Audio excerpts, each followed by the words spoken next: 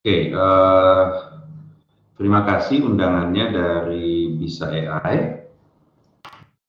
Tadi mungkin udah kenalan, nama saya Risman Atan Matotoran. Saya sekarang bekerja di Samsung R&D Institute Indonesia, leading software engineering sama AI research team. Dan materi yang akan saya deliver hari ini adalah bagian dari internal course kita yang sudah dijadikan public dengan kerjasama dengan Data Science Center UI. Jadi sebelumnya course ini pernah di-deliver di Data Science Center UI. Semua materi yang akan saya deliver hari ini itu available di Git, termasuk slide dan sampel code yang nanti kalian bisa coba. So, target partisipan untuk lecture ini sebenarnya adalah AI researcher, terutama untuk yang generative model topiknya.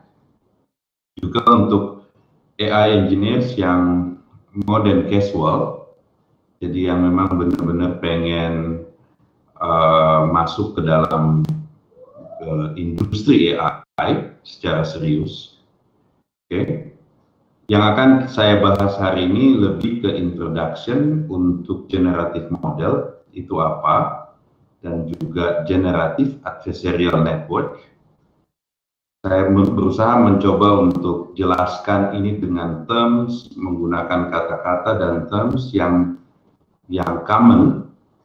Tapi kalau ada kata-kata saya yang Anda tidak mengerti, itu dicatat aja dan make it as a homework. Nanti bisa search di sumber-sumber lain seperti di YouTube. Setelah course ini, saya berharap semuanya bisa simulate gun model, bisa play around dengan gun, terutama untuk first experiment dengan gun yang vanilla model. Dan saya berharap di antara kalian ada yang tertarik untuk masuk ke lebih dalam ke gun. Kita provide ada beberapa additional course yang nanti bisa di-apply di Bisa AI ataupun di Data Science Center UI. Oke, ini bagian dari logistik dari course ini. Setelah itu kita masuk ke materi. Oke, saya pengen jelasin pertama tentang generative model. Apa itu generative model?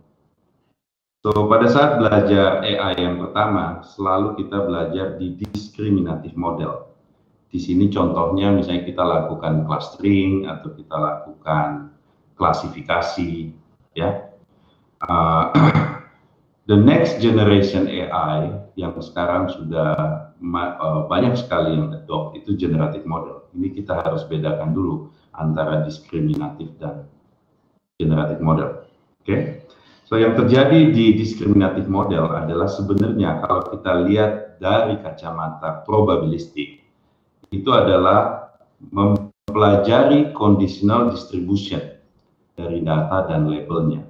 Kalau saya bilang datanya itu adalah X, labelnya Y, maka sebenarnya yang kita ingin pelajari adalah sesuatu yang kita cari-cari itu adalah conditional distribution P, Y, X.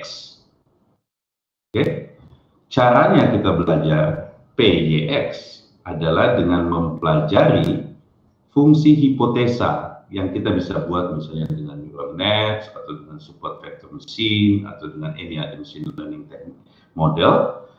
Jadi kita buat fungsi hipotesa yang memap data terhadap label. Oke, fungsi hipotesa ini biasanya parameter yang ada parameternya yang nanti kita bisa learn dengan cara mempelajarinya dengan cara machine learning teknik, ya. Contoh misalnya neural net, hipotesis functionnya adalah neural nets. Kalau misalnya kita belajar pakai support vector, hipotesis functionnya adalah support vector. Begitupun machine learning model lainnya. Bagaimana dengan apakah ini true intelligence? Ya, the problem di AI sekarang adalah kita sendiri tidak tahu apa itu intelligence. Kita mencoba berasumsi, berhipotesa, tapi pemahaman kita tentang intelligence itu masih sangat-sangat jauh, ya. Jadi Feynman salah satu Nobel Prize in Physics itu pernah bilang What I cannot create, I do not understand. Artinya the true intelligence menurut dia adalah kalau kita bisa create sesuatu. Ya, contohnya, kalau saya bisa menggambar satu pola atau satu bentuk atau satu objek, artinya saya mengerti objek itu. Tapi kalau saya cuma bisa bedakan, oh ini objek A, ini objek B, ini objek C, itu saya belum bisa dibilang intelligence. So, generative model ini sebenarnya reflect kata-kata atau quote dari Feynman mengenai what I cannot create, I do not understand.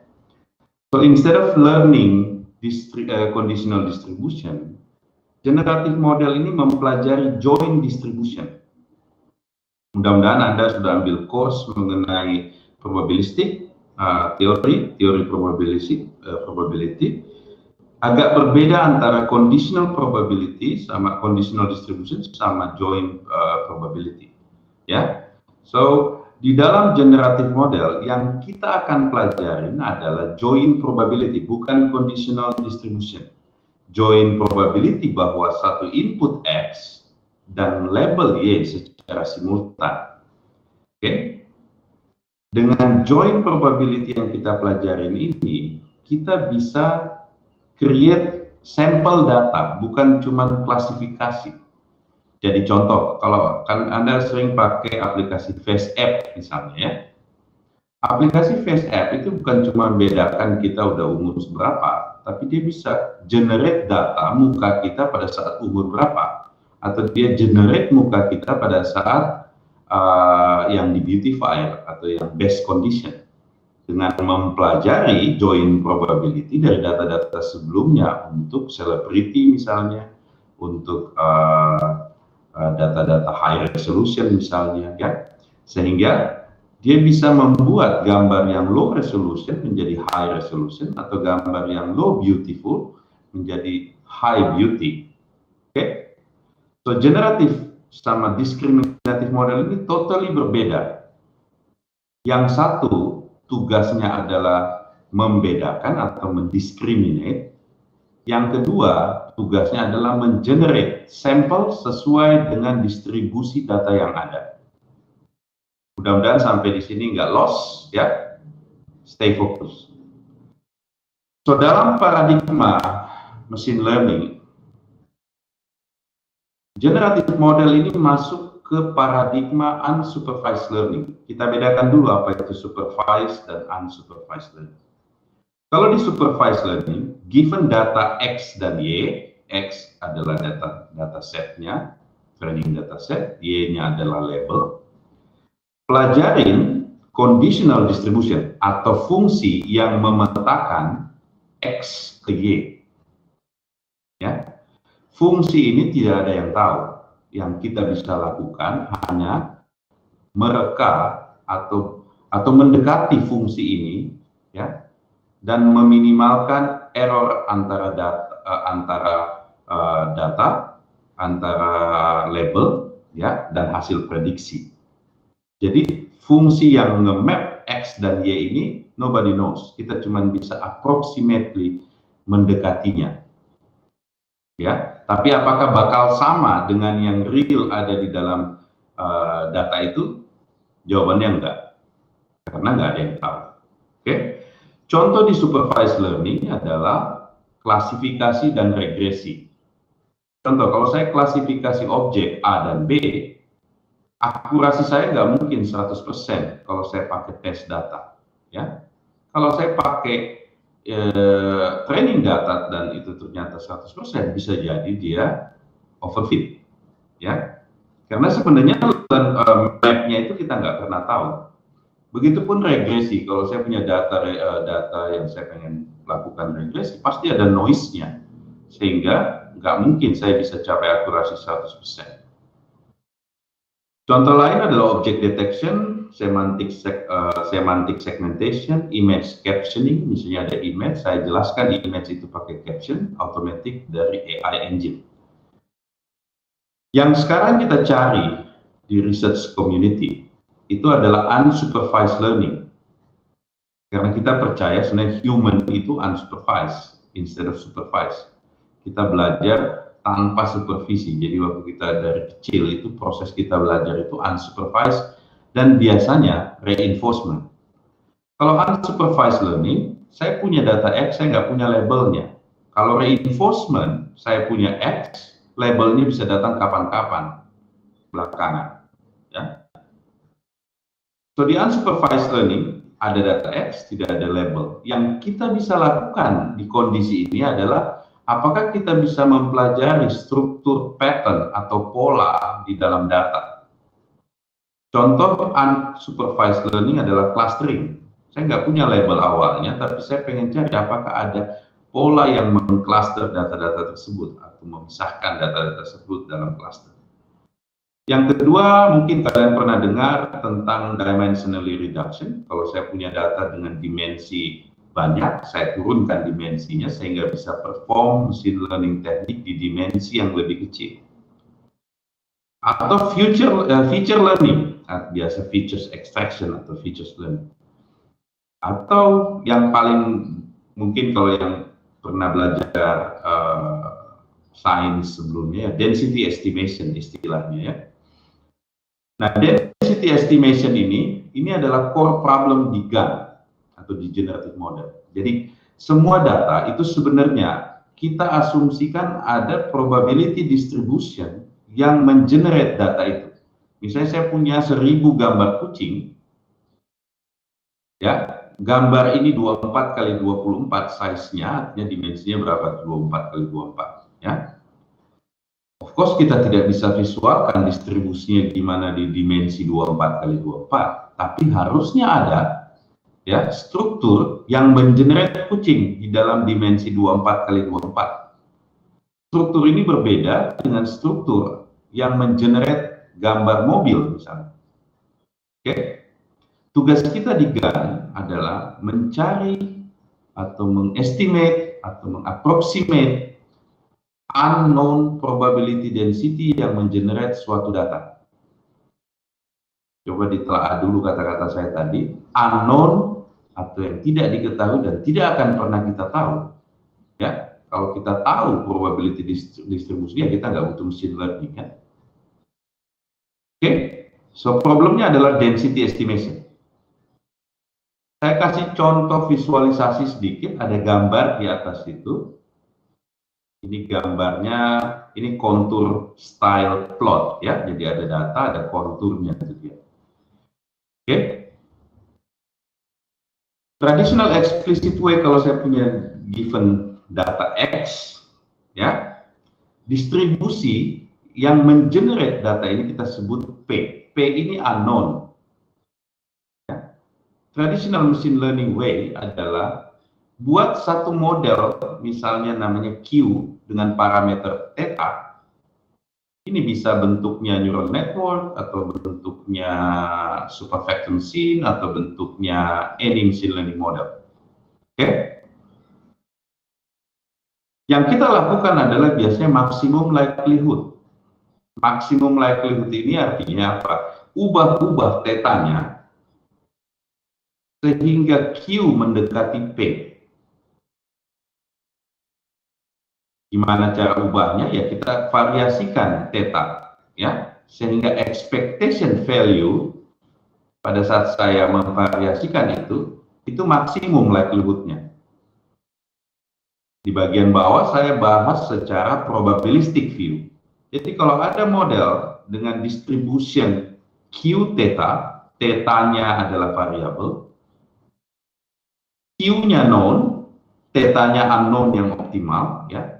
Sebenarnya kalau kalian pernah belajar probability, maksimum likelihood memaksimumkan kesamaan atau likelihood dari data itu sama dengan meminimumkan Kullback-Leibler divergence. KL divergence ini adalah entropy based distance atau divergence, probability distance. Oke, apa itu probability distance? Kalau saya punya dua probability yang ada struktur distribusinya atau probability density-nya, berapa jarak antara dua distribusi itu? Yang paling basic adalah Kullback labor distance atau divergence. Selain itu ada Jensen-Shannon, ada macam-macam di probabilistic divergence ya. Jadi memaksimumkan likelihood sama dengan meminimumkan KL divergence. Mathematically ini proof, dan semua yang belajar machine learning harusnya understand this concept. Unfortunately, saya nggak bisa pakai maksimum likelihood di model yang namanya GAN atau generative model. Kenapa? So, yang saya punya adalah training data dan saya pengen generate sampel dari same distribution. Coba Anda lihat gambar di slide ini. Training datanya adalah gambar foto selebriti banyak sekali. Yang kita asumsikan distribusi yang mengenerate foto ini disebut p-data. Of course, p-data ini adalah unknown. Ya, nobody know, hanya God yang know. Yang kita bisa lakukan adalah buat satu distribusi tebakan atau aproksimasi, namanya PG, ya, yang nantinya PG ini akan kita fit atau kita dekatkan ke p-data. Of course tidak akan benar-benar overlap atau pas ya, tapi at least errornya affordable. Oke, jadi once PQ, PG ya yang generation itu mendekati p-data, kita bisa pakai PG untuk generate new sample. Gambar yang Anda lihat di sebelah kanan di tengah ini, itu adalah gambar yang di-generate oleh komputer, bukan dataset. Oke? Sekarang model generative model udah bisa buat generate image yang sangat-sangat realistik, looks like. Bahkan kita udah nggak bisa bedain, ini asli apa enggak sih. Ya.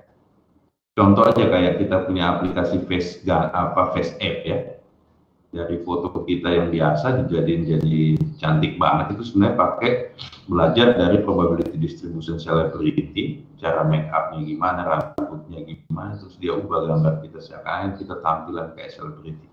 Itu yang lagi banyak di sosial media sekarang ya. So objektif kita atau goal kita dalam belajar generative model adalah kita pengen belajar PG yang similar tapi tidak sama dengan p-data. Ya, kita pengen mendekati p-data dengan PG sehingga errornya itu kecil. Cara ini nggak trivial untuk mendekati. Ada cara yang eksplisit, ada cara yang implisit. Kalau ada nggak ngerti data implisit sama eksplisit ya, mungkin kalau eksplisit itu kita define modelnya, kita asumsikan model. Let's say saya bilang model PG-nya itu model convolution misalnya, ya kan? Setelah itu saya solve PG-nya secara iteratif. Kalau implicit modelnya saya nggak define sebelumnya, saya bebasin aja. Oke? Nah, GAN masuk ke dalam kategori implicit density estimation technique. Ada banyak ada teknik selain yang implisit. Nanti kita akan bahas. Kenapa generative model ini penting?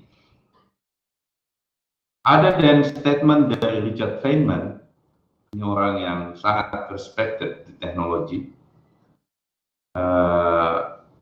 walaupun dia orang fisika. Generative model ini penting sekali untuk represent atau manipulate high dimensional probability distribution.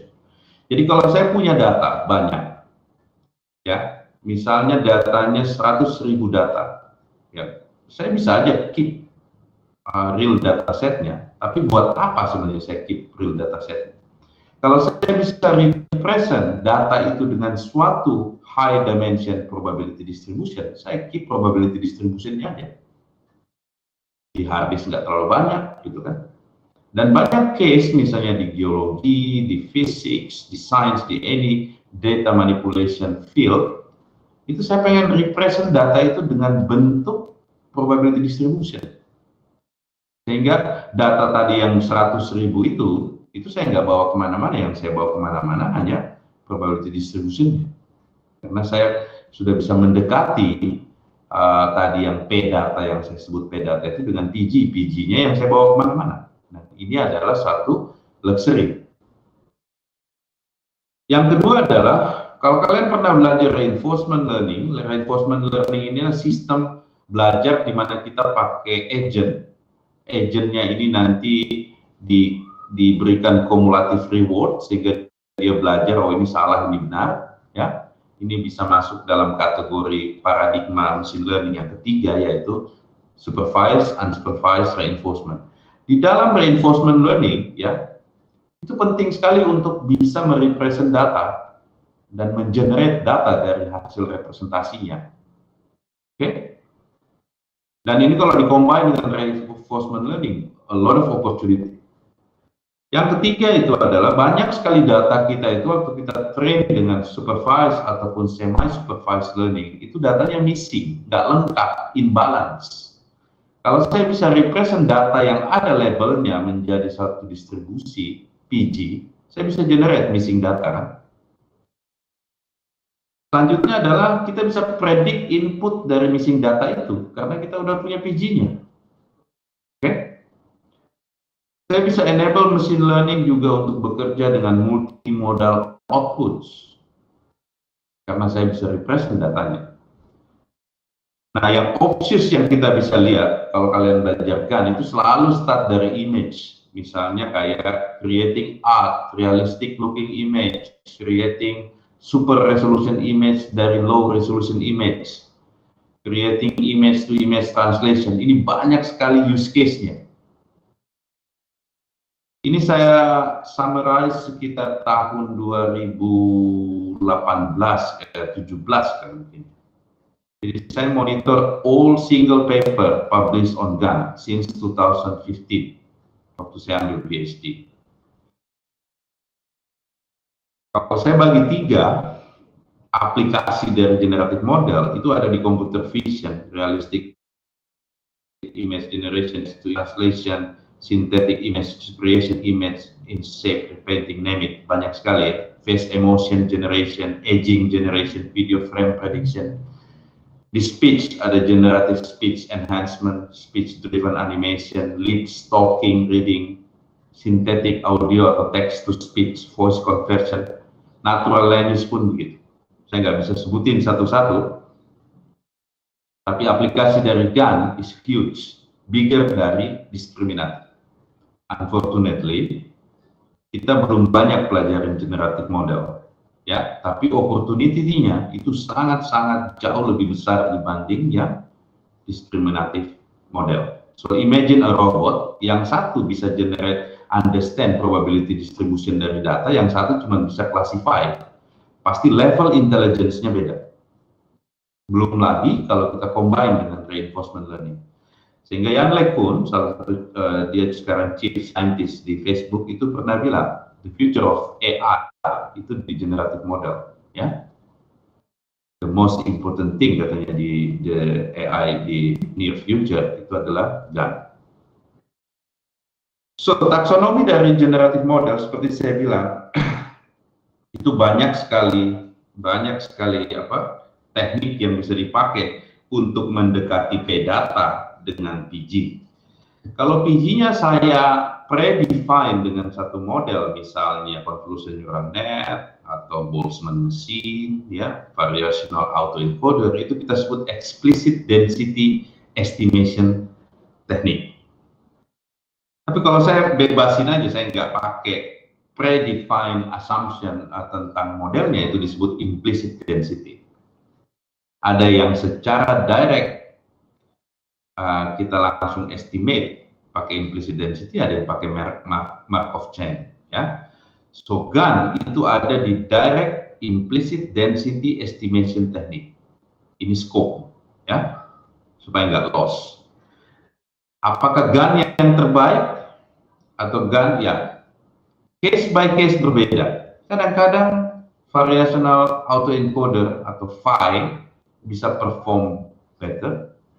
Kadang-kadang Markov chain bisa perform better, tapi lately di 2018 sama 19 saya jarang sekali melihat paper lagi tentang VAE dan Markov chain untuk density estimation. karena saya monitor each week. Problemnya dengan GAN, salah satu problem dengan GAN karena dia implisit, sehingga banyak sekali asumsi saya bisa buat, sehingga model GAN ini grow jadi kayak zoo, ya, kayak hutan belantara atau kayak kebun binatang. Jadi mulai dari vanilla GAN yang pertama dipropos oleh Goodfellow, itu sampai sekarang itu ada ratusan bahkan ribuan varian, ya, yang kalau kita lihat dari kriteria cara belajarnya, network architecture-nya, caranya melakukan stochastic gradient descent, metodologi atau objective function-nya, performance metriknya, ini mungkin ribuan, dan setiap minggu ada aja yang baru, ya. So you can imagine bidang yang every week you have around 10 new papers coming, okay? Dan belum final modelnya. Kalau kita bilang misalnya belajar tentang apa, stochastic gradient descent itu udah done 50 years ago. Mungkin untuk case yang kayak minimax optimization dan lain-lain itu belum done, tapi gradient descent atau convex optimization itu field yang mungkin sejak 50 tahun terakhir nggak terlalu banyak perubahan. Problemnya dengan AI atau deep learning yang sekarang itu masih sangat dinamis bidangnya, sehingga kita harus benar-benar belajar masih dari paper. There's no other way. So, sejak 2015 sampai 2018, sekarang udah 2020 ya, itu masih eksponensial growth. Bahkan semua huruf abjad A, B, C, D, E, F, G sampai Z itu udah ada GAN. Ada Z GAN, W GAN, semua udah dipakai abjad. 2 abjad pun udah dipakai. Ya, ada 26, misalnya 26 ada berapa kombinasi udah. Ya kan? Sekarang udah mulai masuk alpha GAN, beta GAN. So you can imagine explosive GAN zoo. Nah, ini ada di link yang nanti kalian bisa lihat, ada yang nge-track. Setiap hari ada setiap bulan ada berapa model yang baru di GAN. So ini juga ada problem untuk learning GAN karena zoo-nya terlalu besar. Oke, so ini bagian intro yang pertama tentang generative model. Saya harap kalian bisa bayangkan apa itu generative model compare to discriminative model.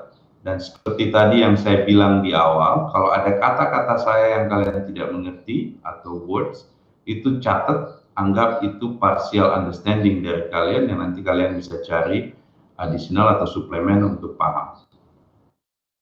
Mari kita masuk ke generative adversarial network. So back ke problem tadi, saya punya P-data yang unknown. Saya pengen dekatin P-data, ya. P-data ini X-nya ini bukan kayak satu dimensi. Kalau image itu kan 24 kali 24. Kalau dia berwarna 24 kali 24 kali 3 kalau dimensinya 24 pixel. Kalau dia 32 gimana? Kalau dia 64 gimana? Jadi kita bisa bilang ini adalah high dimensional training data distribution. P-data yang saya udah nggak bisa lagi visualisasikan. So, apa key idea di GAN? Jadi bilang gini, idenya simple.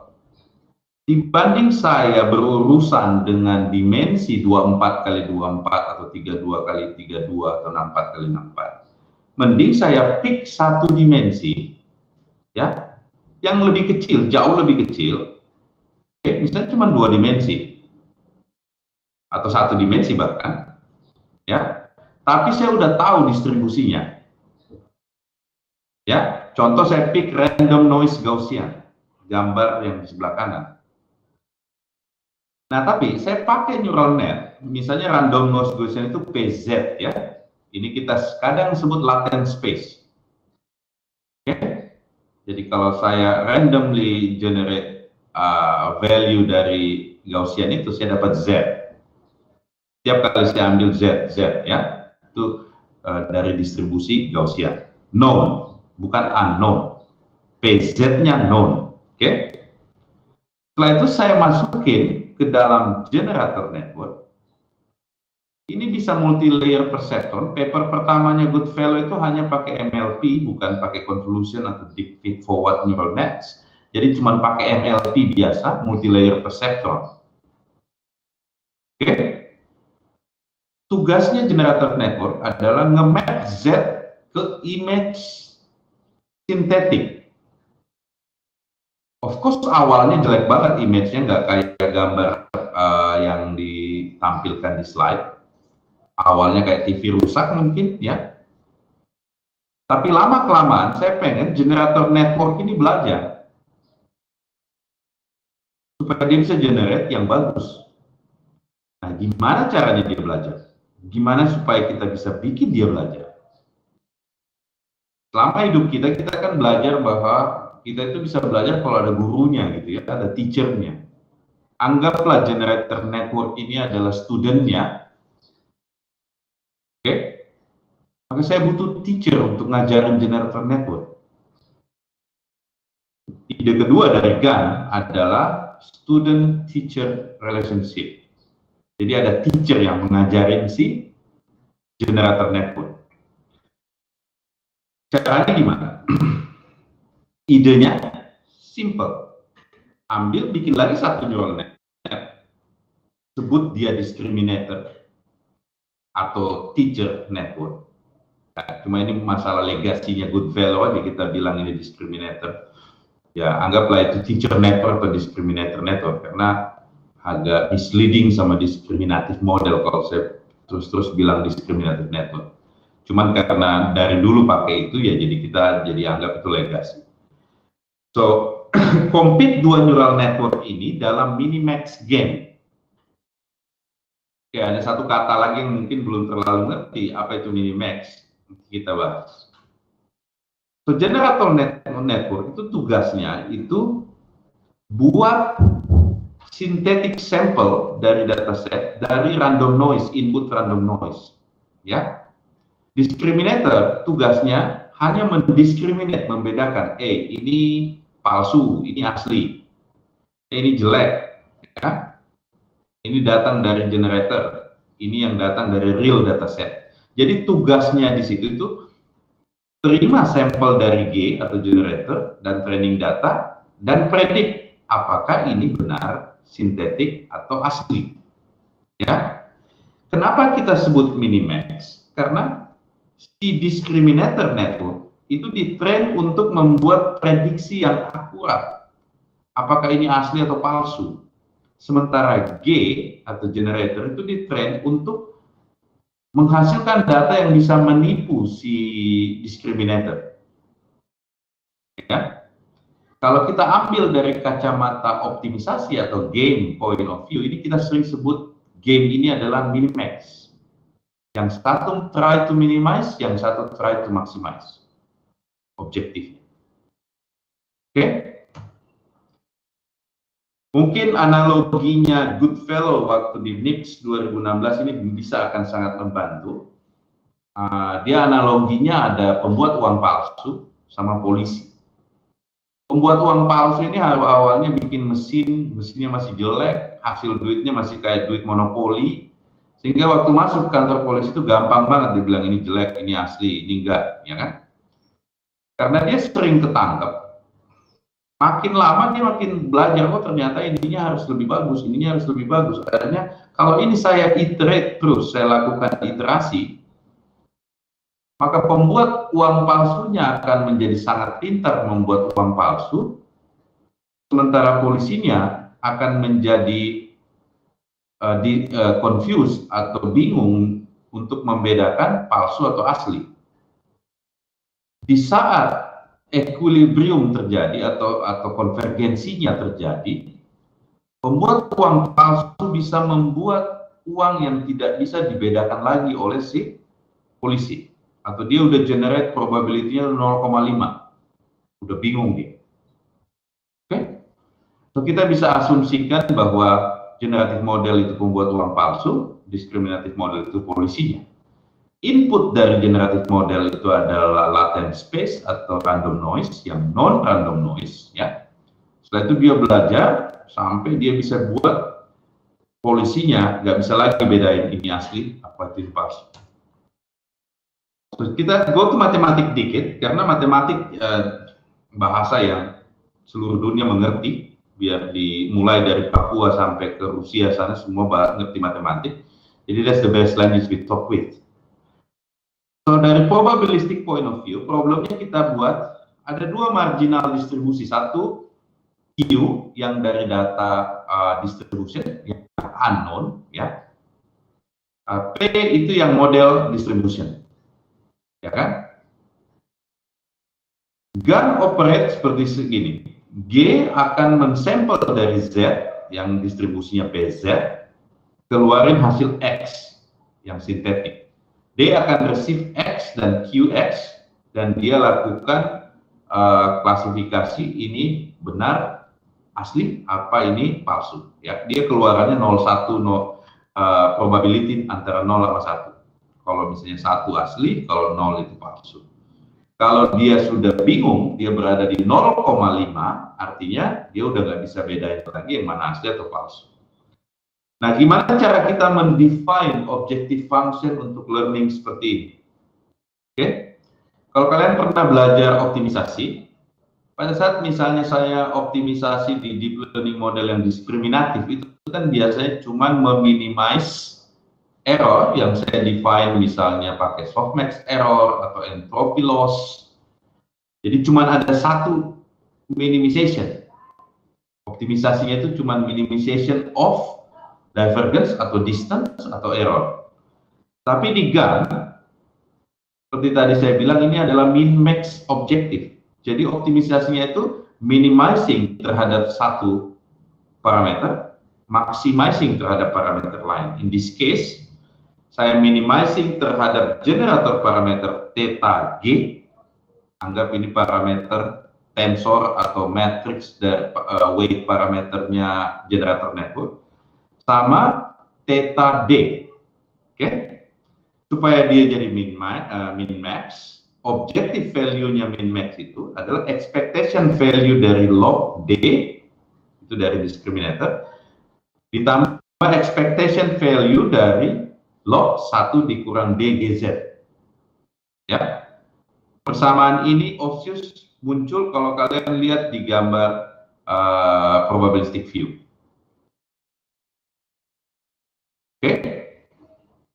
Yang satu, elemen pertama min-max objektifnya adalah discriminator output untuk real data. Elemen kedua adalah discriminator output untuk fake data. Oke. Inilah yang kita sebut minimax objektif dari GAN. Setelah itu kita bisa train GAN. Setelah kita tahu objektifnya, kita define objektifnya. Nah, kalau lihat objektif di sini, nanti saya jelasin bahwa itu sebenarnya minimizing KL divergence atau pullback labor divergence. Jadi dari min-max definisi tadi, kita udah bisa punya optimization problem yang kita bisa solve pakai stochastic gradient descent. Discriminator try untuk maximize objective DX, ya, untuk mendekati 1 atau real data, atau close kalau ke 0 itu fake data. Generator minimize objective sehingga D, keluaran discriminator yang dari input yang dari generator itu mendekati 1. Oke? Caranya kita melakukan stochastic gradient descent ini beda dengan deep learning biasa karena kita melakukan 2 kali optimisasi. Kita lakukan gradient ascent terhadap discriminator dan kita lakukan gradient descent terhadap generator secara bersamaan. Oke? Ini yang kita sebut biasanya GDA, stochastic gradient descent ascent. Ya. Model pertama GAN itu GDA yang dipropos sama Gradfellow. Kira-kira training algoritmnya seperti ini. Dari number of training iteration, ya kita bisa iterate. Ingat waktu di deep learning ya, itu sebenarnya kita nggak pernah tahu kapan harus berhenti iterasi. Jadi just do aja sampai kita lihat error functionnya itu udah converge, ya. Jadi stopping kriterianya itu memang nggak jelas. Jadi dari case step ambil sampel mini batch dari noise, ambil sampel mini batch ya, M dari dataset, setelah itu update gradient dengan stochastic gradient descent, ascent, lakukan looping di sini untuk cast step, habis itu baru update, ambil lagi mini batch dari Z, update generator untuk stochastic gradient descent ya, dengan objektif yang seperti di algoritma ini. Oke, unfortunately ini nggak stabil. Jadi kadang dapat gradiennya, kadang nggak. Kadang sering kali vanish, gradiennya hilang, sama sekali nggak ada gradiennya. Ya, nanti kalau kalian belajar GAN yang lebih advance, problem ini sebenarnya solve sama Wasserstein GAN. Kita nggak akan bahas di sini, tapi nanti yang berikutnya.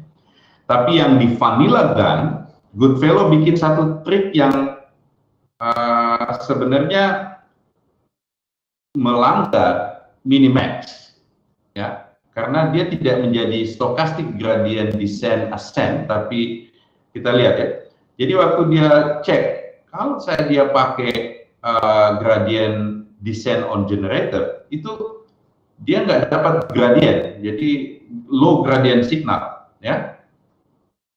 Akhirnya dia lakukan simple trick, dia ubah dari GDA, gradient descent ascent, menjadi gradient ascent ascent. Di generator pun dia lakukan gradient ascent, tapi objektifnya dia ubah dikit. Yang tadinya log 1 dikurang DGZ menjadi log DGZ. Awalnya kalau kita lihat di sini, itu log 1 dikurang DGZ, dan kita harus minimizing. Tapi dia bilang kalau saya lakukan itu gradiennya nggak bagus. Akhirnya dia bilang dia lakukan stochastic gradient ascent on generator, tapi dia ubah objektifnya menjadi satu kurangnya itu dihilangin, dan dia bilang ini tetap minimax. Lately we found this trick doesn't work. Ya, mudah-mudahan sampai sini kalian kebayang. Ingat, matematik is just the language, jangan ketakutan dengan matematik. Nah, saya coba visualize, ini ada orang baik yang bikin tools untuk memvisualize apa yang tadi kita bicarakan. So, dari random noise, saya bisa pakai banyak random noise, 1 dimensi, 2 dimensi, ya kan? Let's say 2 dimensi lah, karena kita berusaha nama image, ya. Terus generator kalian bisa tambah-tambahin, misalnya di sini ada optimizernya pakai SGD. Ingat, SGD itu ada banyak teknik optimizer, ada yang pakai Adam, ada yang pakai momentum, Nesterov, macam-macam. Di sini dia cuma provide Adam, saya pakai Adam. Terus dia learning rate-nya dia set, pakai default aja.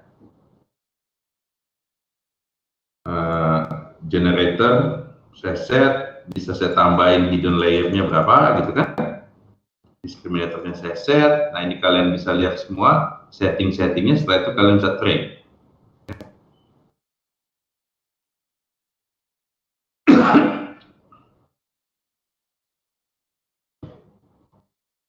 Kalian harus bisa menggabungkan pemahaman yang kalian dapat dari slide tadi dengan visualisasi.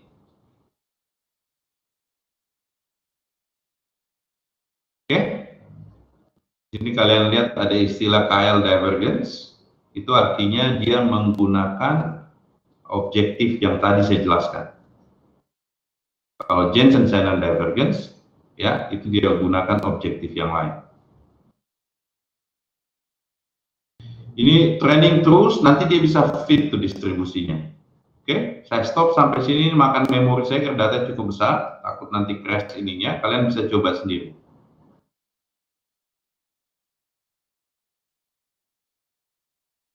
Oke, setelah session ini, I let you try GAN Lab, itu ada di saja di internet, untuk bisa kebayang konsep GAN itu seperti apa. So, GAN come dengan banyak sekali model.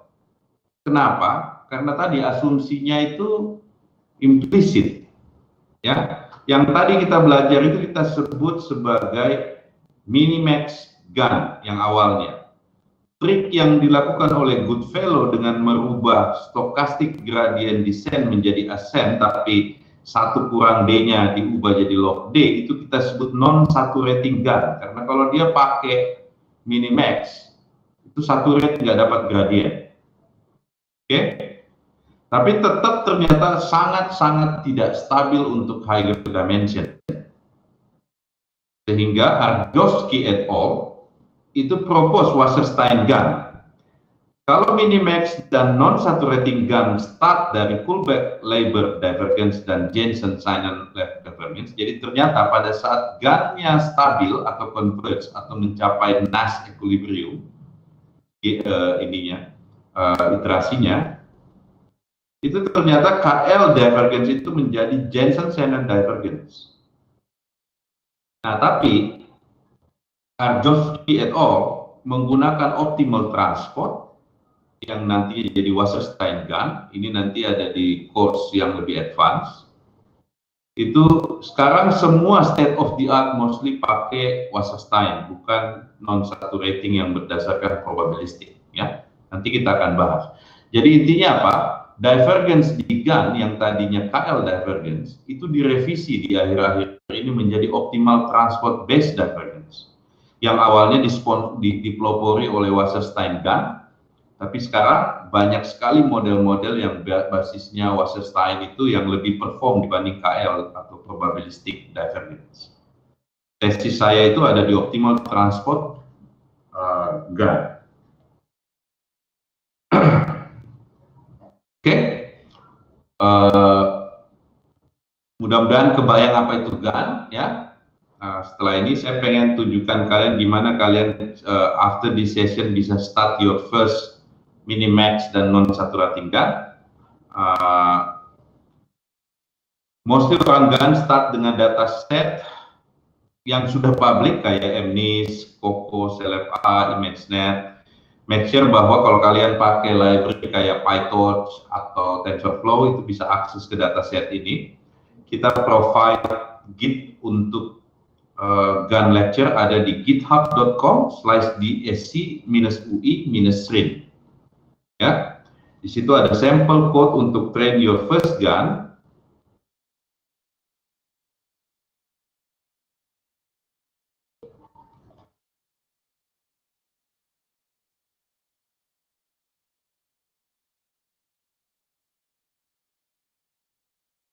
Saya bisa contoh yang ini, min max non saturating, oke? Code ini sudah self-describe. I don't think I have to describe this for you. Jadi mudah-mudahan kalian bisa mengerti Python, ya, sebagai prerequisite-nya ya, mulai dari ngambil dataset, oke? Try to plot, set up the objective function, main iterasinya gun, definisi dari generator network, discriminator network, ini self-explain. Satu engineer saya, Adi Saputra, yang buat code-nya, dan saya minta pada saat itu self-explain according to the slide, ya. Saya berharap kalian bisa repro ini di, mungkin bisa pakai Google Colab yang sudah ada GPU-nya supaya lebih cepat, ya. Usahakan supaya nggak usah download dataset ke lokal, jadi pakai aja yang dari ini, karena ini untuk learning, ya. Jadi kalian bisa repro ini untuk any dataset. Tapi ingat, ini adalah as simple as vanilla gun untuk non-saturating dan MM gun, ya. Kalian bisa ubah-ubah code-nya dari minimax ke non-saturating dengan cara angka satunya itu dikurangin aja di code-nya, dihilangin. Dan kalian bisa train, ya. I hope you success, karena kita nggak ada waktu untuk jelasin code line by line, ya. So pada saat kalian train your first gun, disitulah kalian melihat your first problem come in. Current gun is not stable. Terutama saya refer ini ke minimax dan non-saturating gun. Jadi sebenarnya finding Nash equilibrium in minimax optimization itu adalah NP hard problem. Oke. Bahkan lately di tahun 2019 kita tahu bahwa sebenarnya bisa jadi di model KL divergence-nya, divergence-nya Goodfellow et al. Yang pioneer-nya Gann, ya, itu nggak ada Nash equilibrium. Karena dalam teori optimisasi, ya, kalau fungsinya non-convex, objective function-nya non-convex, ya, itu NP-hard. Nash equilibrium hanya terjadi kalau objective function dari minimax optimisasinya itu adalah convex terhadap satu variabel dan concave terhadap variabel lain. Dan KL divergence-nya Goodfellow itu absolutely tidak concave, convex. Ya, jadi dia mau muter-muter kemanapun, which is itu yang dilakukan oleh researcher, try to find Nash equilibrium over the last 5 years, hasilnya zero. Well-known convergence problem in Gann, kayak vanishing gradient, mode-nya collapse, itu ternyata karena divergence, KL divergence, dan Jensen-Shannon divergence tidak representatively represent the structure of the pattern. Ini solve nanti by optimal transport kayak Wasserstein-Gann. KL divergence itu bukan good divergence untuk Gann. Opsi terbaik sekarang adalah Wasserstein-Gann. Ya, Wasserstein-Gann is very simplified version of optimal transport divergence. Ya, jadi kita bisa bilang Wasserstein-Gann ini adalah optimal transport dengan ground cause orde 1. Tesis S3 saya pelajari optimal transport theory, ya, berdasarkan entropic regularization. Jadi bukan Wasserstein, saya bikin model baru namanya Singhorn-Gann. Lagi ongoing untuk publication. Hard untuk evaluate Gann result. Hasilnya ini mana lebih bagus dibanding yang lain gitu ya. Tapi ini adalah masalah yang umum di generative model. Kita nggak punya trivial way untuk evaluate generation result. Jadi kalian juga harus well educated bagaimana compare hasil Gann ini better dengan yang sebelumnya. Di situ ada beberapa teknik yang common dipakai oleh researcher. Yang kelima, Gann yang sekarang require huge data set, ya. Kalau pakai data set yang public, ya kebetulan udah disediakan kan, tapi when you come to real world, kita kan selalu kekurangan data gitu kan. Jadi biasanya berhasil di lab karena data setnya bagus, di saat real world, ya modelnya jelek. Dan common mistake pada saat saya ngelihat engineer-engineer kita di Indonesia belajar Gann adalah mereka men-skip fundamentalnya seakan-akan bahwa Gann is all about practical.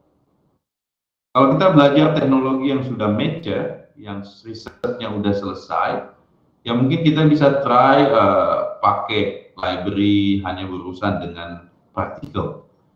Tapi Gann is the research area di mana knowledge-nya masih sangat berkembang. Teknik dan metodenya belum ada di buku, masih ada di papers. Sehingga kita harus pakai FCP approach. Saya sering sebut ini FCP, yaitu fundamental, konseptual, praktikal, harus di-combine all together. Banyak engineer di Indonesia itu cuma di praktikal. Di saat sudah muncul matematik, itu mereka merasa ini nggak penting. Nah, itu harus kita remove dari mindset kita. Ya, sering orang bilang, saya sih bukan orang teori, saya lebih orang praktek, ya kan? Atau orang di sisi lain dia bilang yang sebaliknya, teorinya itu jauh lebih penting dibanding praktek. Itu semua myth, ya, itu semua perlu di remove dari thinking. Yang sebenarnya baik adalah FCP, fundamentalnya dapat, konseptualnya ngerti, praktikalnya bisa, ya. Dimanapun Anda start dari fundamentalnya dulu ke praktikal ataupun sebaliknya, no matter. Ya, yang penting FCP. Kesalahan lain adalah mereka ignore papers, seakan-akan Gann itu cuma satu model, padahal Gann itu adalah zoo, ya, dan tidak pernah mereproduce state of the art papers. Oke. Dan yang ketiga, belajarnya sendiri. That's what I feel when I take PhD. Sehingga saya nggak punya teman diskusi, tapi saya harap kalian bisa learn better dengan collaborative learning, ya. Karena ternyata diskusi dengan sesama researcher, sesama AI engineers, itu sangat-sangat penting. Kita nggak bisa lakukan itu sendiri, ya. Saya alamin difficulties di awal karena poin nomor 3 ini, ya. Jadi saya anggap semuanya bisa dipelajari clear, tapi ternyata dengan diskusi dengan orang yang tepat, kita bisa reduce waktu belajar dengan yang sangat signifikan. Oke, so ini problem di GANS dan cara belajar GANS. So di Data Science Center UI kebetulan saya guest lecture di sana. Kalian bisa belajar lebih dalam di sini. Tapi kemarin discuss dengan Mas Oktav bahwa di bisa.ai katanya mau juga provide. Kira-kira ini silabus besarnya GAN course di Data Science Center UI. Total ada 6 weeks of learning. Yang kalian pelajarin hari ini itu adalah Introduction to Generative Model dan Generative Adversarial Network untuk week 1 course. Di week 2 course, kita akan belajar Optimal Transport Wasserstein GAN. Di week 3, Evaluation of GAN. Di week 4, Application of GAN untuk Image, Text, dan Speech. Semua materinya kita post di Git dan open, termasuk source code-nya. Awalnya sebelum pandemi ini ada in classroom training di Data Science Center UI di Depok, tapi setelah pandemi kita decide tidak lakukan di kampus dulu, sehingga ya mungkin opsinya yang seperti yang kita lakukan sekarang di Bisa AI, ya.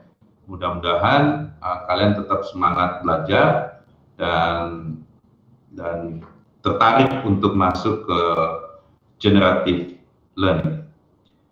Oke, materi saya cukup sampai di sini. Baik, terima kasih Pak Risman. Sangat menarik ya penjelasan mengenai GAN. Jadi ini teman-teman mungkin ada yang mau ditanyakan, silakan boleh lewat chat, nanti saya akan memilihkan pertanyaannya.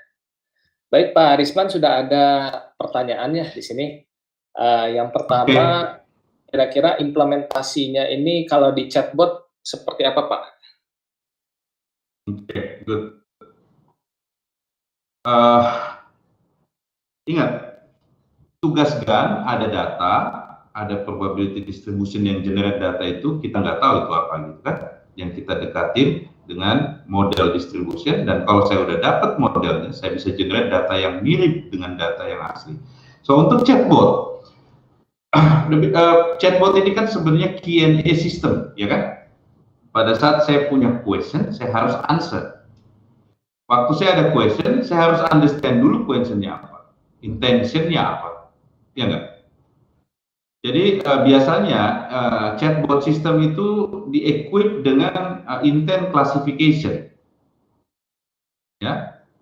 Jadi pada saat saya melakukan intent classification, saya harus tahu entity-nya, maka di situ harus ada name entity recognition, ya. Setelah itu intent classification. NER dan intent classification adalah core engine untuk memahami question-nya. Setelah itu kita harus answer. Answer-nya ini biasanya datang dari knowledge base kan. Tapi kita pakai rule base bahwa kalau intention-nya ini keluarnya answer yang ini gitu. Ya kan? Nah, imagine saya punya knowledge graph atau knowledge base dalam bentuk graph. Saya bisa pakai GAN untuk sebenarnya generate answer automatically, dari intent, dari question. Ya nggak? Jadi kalau discriminative way kan dari question, intent classification, ya. Setelah itu generate answer dengan mapping ke kalau ini intentnya, ini answernya. Tapi kalau enggak, dia bisa bypass it. So one of research yang dilakukan oleh tim saya itu salah satunya adalah generate answer from knowledge graph. Ya, mudah-mudahan menjawab ya.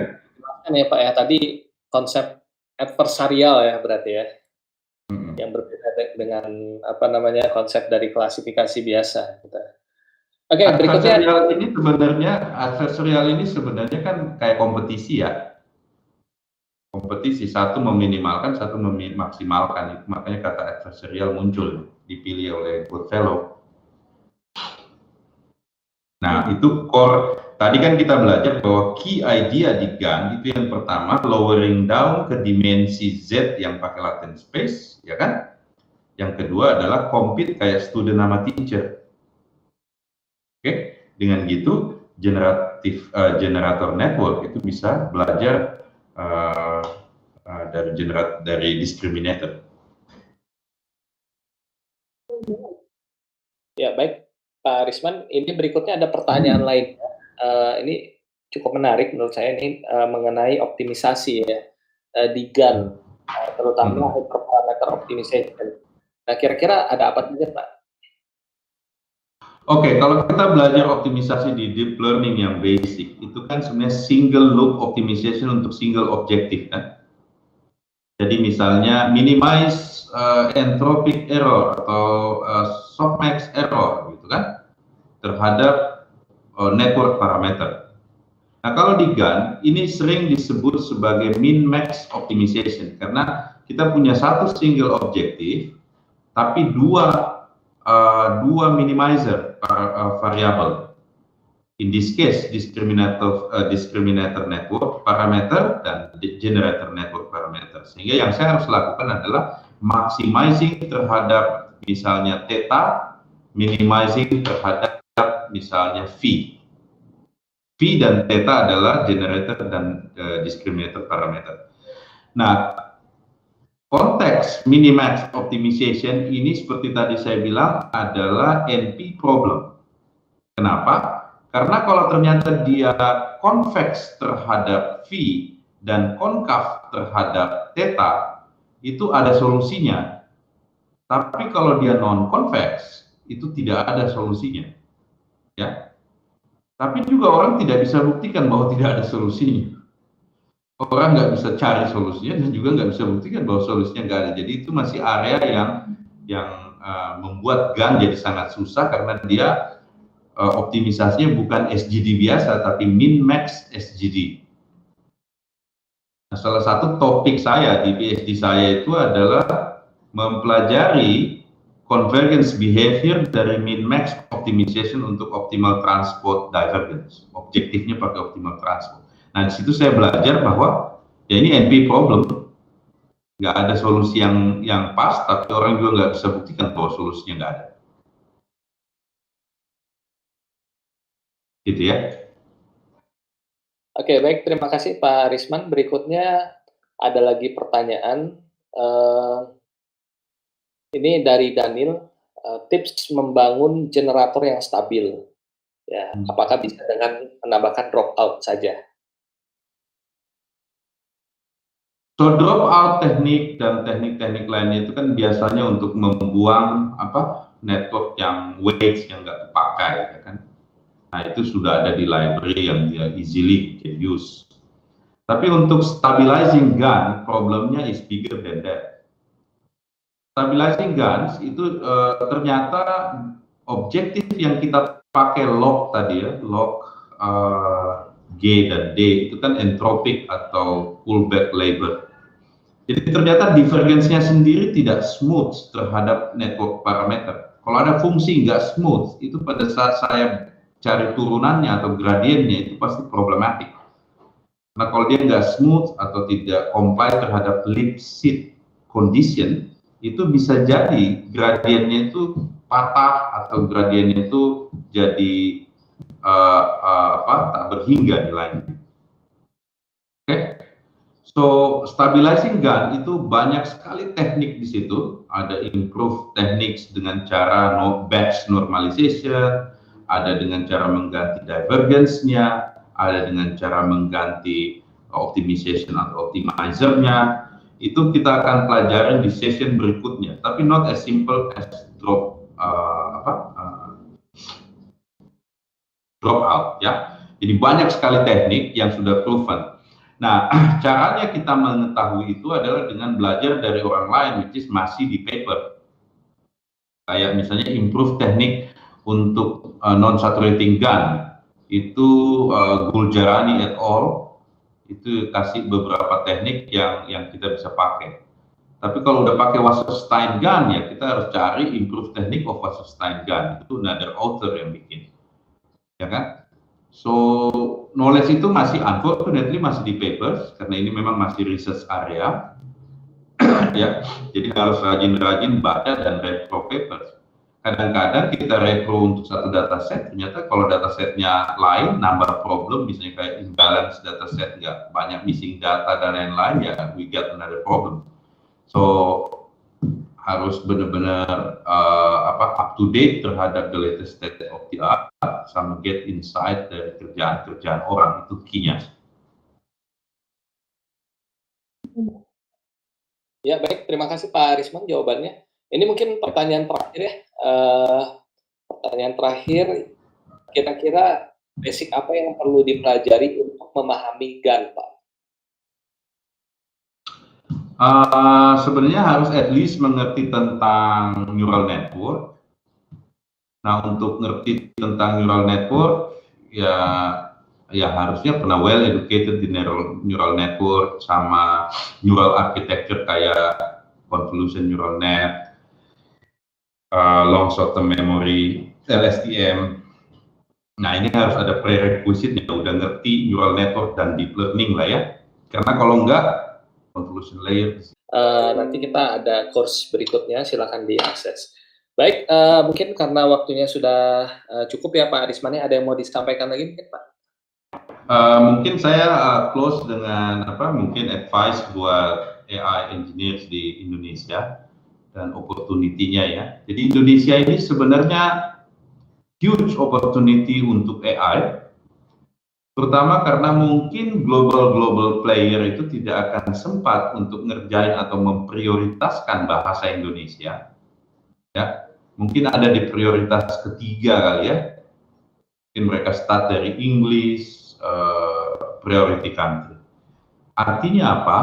Local AI harusnya kita bisa galakkan. Cuman jangan lakukan itu seperti cara kita waktu start ekosistem untuk software. Ya, waktu itu saya kan mulai coding itu waktu zaman-zaman tahun 90-an ya. Jadi kita itu selalu cuma ngelihatnya itu dari sisi praktikal atau permukaannya. Sehingga nggak pernah going anywhere. Jadi misalnya kita nggak pernah ngelihat di sisi compiler, di sisi OS, di sisi yang fundamental bawahnya gitu ya. Nah, kalau kita lakukan itu dengan AI, kita akan jadi user kembali seperti teknologi-teknologi sebelumnya yang sudah kita ketinggalan sama sekali ya, kayak OS, web, ya name it lah. Nah, AI ini saatnya kita punya maraton yang starting point-nya itu kita sama. We read the same papers, we repro the same codes, dan mostly AI ini field-nya open. Ada open AI yang invest 100 engineers, top PhD di dunia, dia buat free semuanya. Tiap kali ada hasil yang bagus dari any principle yang pengen buat itu closed source, itu pasti di-compete oleh OpenAI. Karena misinya itu. Jadi saya belum pernah lihat ada teknologi yang sedemikian open. Ya. Sehingga any people, even di Papua, kalau dia punya internet dan komputer, itu bisa doing AI. Ini nggak pernah terjadi di industri. Saya di industri udah 20 tahun lebih, nggak pernah terjadi. Dan harusnya kita take this as opportunity untuk compete at the global scale dengan cara yang benar. Cara yang benar itu belajarlah secara FCP ya, fundamentalnya dapat, konseptualnya ngerti, praktikalnya jago. Nah ini yang saya pengen message terakhir saya buat AI engineers di Indonesia supaya lebih confident, lebih ambisius ya untuk compete karena opportunity-nya besar. Bahkan di Indonesia aja nggak ada tuh yang buat misalnya text to video generation. Absolutely itu bisa dengan GAN. Dari teks saya bikin video, ya, atau dari teks bikin podcast. Ya, tapi belum ada kan? So lihat di application of GAN tadi dan try to spark your idea what can be done di Indonesia supaya kita benar-benar bisa lihat ekosistem AI yang lebih healthy, bukan cuma make produk orang dari luar. Mungkin gitu ya. Terima kasih. Terima kasih Pak Richman, sangat menginspirasi ya untuk GAN ini.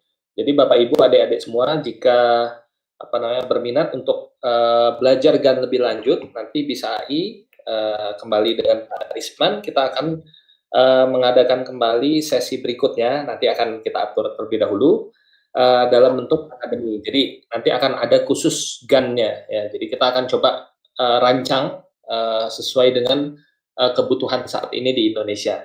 Ya baik, mungkin sudah cukup untuk presentasi pada hari ini, dimulai tadi jam 8 sampai dengan siang ini. Terima kasih Pak Risman telah share kepada kita semua mengenai introduction to GAN. Ya. Terima kasih.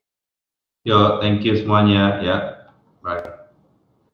Oke, baik Bapak Ibu semua. Jadi pada hari ini kita masih ada sesi berikutnya, yaitu implementasi GAN di kasus deteksi emosi ya, face emotion. Nanti akan disampaikan oleh Muhammad Iqbal yang masih satu relasi juga dengan kita. Jadi kita akan coba implementasinya pada sesi hari ini ya. Jadi pastikan Bapak Ibu kembali hadir di siang nanti jam 1 siang. Dipersiapkan juga toolsnya nanti, yaitu menggunakan Google Colab ya, menggunakan Google Colab, dan juga datasetnya nanti akan dibagikan. Kemudian kita juga masih ada sesi lainnya untuk sesi data science ya. Nanti sore jam 3:30 ya, ada sesi data science dengan judul bedah data science dengan Pak Onowe Purbo. Nah, namun di sini masih pre-eventnya.